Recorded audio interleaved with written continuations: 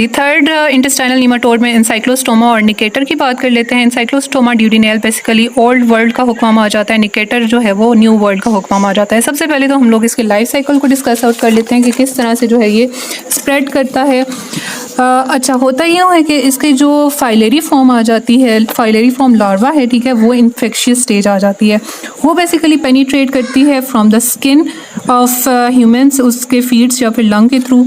Then वहाँ से ये सर्कुलेशन में चली जाती है और देन डिफरेंट ऑर्गन्स को ये इन्वॉल्व करेगी। उसी तरह से जिस तरह से एस्केरिस जो है वो लंग्स को इन्वॉल्व करा था, ट्रेकिया और फेरिंग्स, तो लंग्स को इन्वॉल्व करेगी तो लंग्स के अंदर दोबारा से वही इजिनोफिलिया हमें नज़र आएगा, इजिनोफिलिक इन्फ्लेमेशन नज़र आएगी। देन ट्रेकिया के अंदर जाएगा, फेरिंग्स से स्वेलड होने के बाद ये स्मॉल इंटेस्टाइन में पहुंचेगा, जहाँ पे ये कन्वर्ट हो जाएगा एडल्ट फॉर्म के अंदर। अब ये यहाँ पे इंटेस्टाइन में पहुंचने के बाद ये इंटेस्टाइनल वॉल के साथ जो है ये ऐसे चिपक जाएगा bye means of its teeth, जो कि एनसाइक्लोस्टोमा के अंदर आ जाते हैं, या फिर कटिंग प्लेट्स जो कि निकेटर के अंदर आ जाते हैं। उनके थ्रू इसने जो है ये इंटेस्टाइनल वॉल को इन्वेड करना है और जो इंटेस्टाइनल वॉल के अंदर जो कैपिलरीज वगैरह है ना, वहाँ से ब्लड को सक करना शुरू कर देना है, ठीक है। जब ये ब्लड को सक करेगा तो ऑफ कोर्स ही बात है कि ये एनीमिया वगैरह काज कर सकता है दोबारा से। अच्छा, उसके बाद क्या होगा कि ये एडल्ट फॉर्म्स जो है ये आपस में मेट करेंगी और फीमेल जो है वो दोबारा से एग्स रिलीज़ करेगी विद इन द फीसेस। ये एग्स पहले जो है वो इन्वायरमेंट में जाने के बाद पहला जो इसका लार्वल स्टेज आ जाती है, दैट इज़ रेप्डेटिफॉर्म लार्वा। रेप्डेटिफॉर्म लार्वा इस एग में से रिलीज़ होता है जो कि नॉन इन्फेक्शियस है और फीडिंग फॉर्म आ जाती है, ठीक है। ये मॉइस्ट सॉइल के अंदर ही रहता है अभी तक, ये जो है वो न्यूट्रिएंट्स वगैरह वहाँ से लेगा और देन ये कन्वर्ट हो जाता है फाइलरी फॉर्म लार्वा के अंदर जो कि इन्फेक्शियस है एंड नॉन फीडिंग आ जाती है, ठीक है। अच्छा जी, अब हम लोग इसकी कुछ मॉर्फोलॉजिकल कैरेक्टर्स की बात करते हैं। तो नीमाटोड्स हैं उसके अंदर सेक्सेस सेपरेट हैं, प्लम्प या फिर क्रीमी वाइट इसका कलर आ जाता है और इसका जो इंटीरियर एंड है वो कर्व्ड होता है, यानी हुक शेप्ड होता है for the purpose of sucking of the blood, ठीक है। सही बात है, इसका मेन फंक्शन क्या है कि इसने इंटेस्टाइनल वॉल से ब्लड को सक करना है, वहाँ पे जाके अटैच होगा तो तभी सक कर सकेगा ना। इसकी जो बकल कैविटी आ जाती है वो बेसिकली लाइंड हुई होती है काइटन के साथ और काइटन से जो है वो देन टीथ डेवलप हो जाते हैं। ईजोफेगस की बात की जाए तो मस्कुलर और एक क्लब शेप्ड इसका ईजोफेगस आ जाता है। इस के अंदर जो इसकी जो बकल कैविटी है वहाँ पे दो तरह बेसिकली ग्लैंड्स ओपन होते हैं, एक डोर्सली और दो वेंट्रली स्फेलिक ग्लैंड्स ओपन होते हैं। ये ग्लैंड्स बेसिकली रिलीज़ करते हैं अपनी सिक्रीशंस, जिसके अंदर जो है वो एंटीकोगुलेंट प्रोडक्ट्स और हिस्टियोलिटिक प्रोडक्ट्स वगैरह प्रेजेंट होती हैं, जो कि ऑफ कोर्स ही बात है कि ब्लड को क्लॉट होने से बचाएंगी और टिश्यू की जो है वो लाइसिस वगैरह काज करवाएंगी। अगेन साथ साथ जो है मेल और फीमेल का डिफरेंस अगर देखा जाए तो मेल स्मॉलर आ जाता है साइज़ में as compare to the female.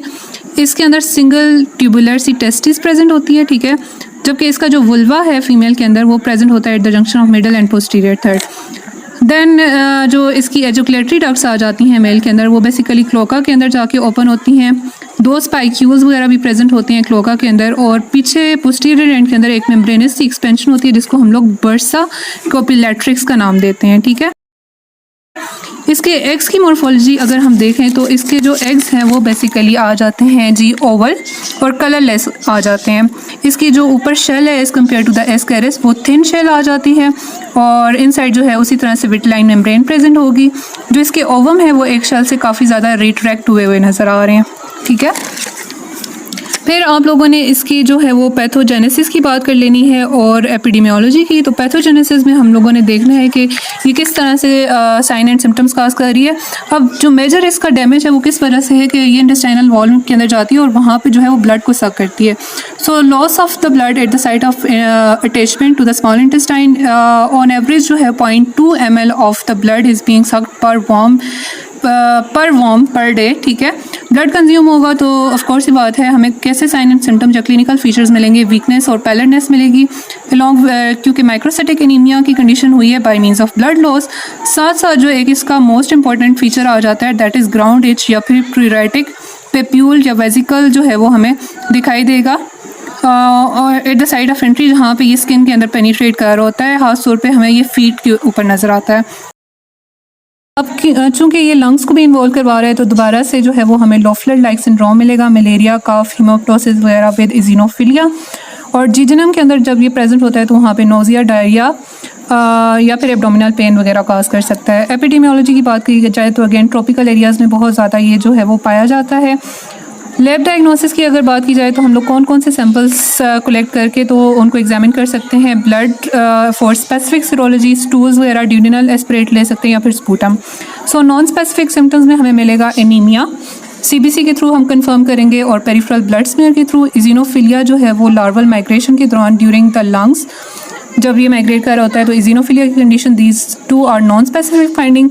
और माइक्रोस्कोपी के ऊपर भी हम लोग जो है जब हम स्टूल को कलेक्ट करते हैं तो उसको एग्जामिन करके हम इसके एग्स वगैरह को एग्जामिन कर सकते हैं, जैसे कि यहाँ पे इन्होंने इस फिगर के अंदर शो किया है। ठीक है।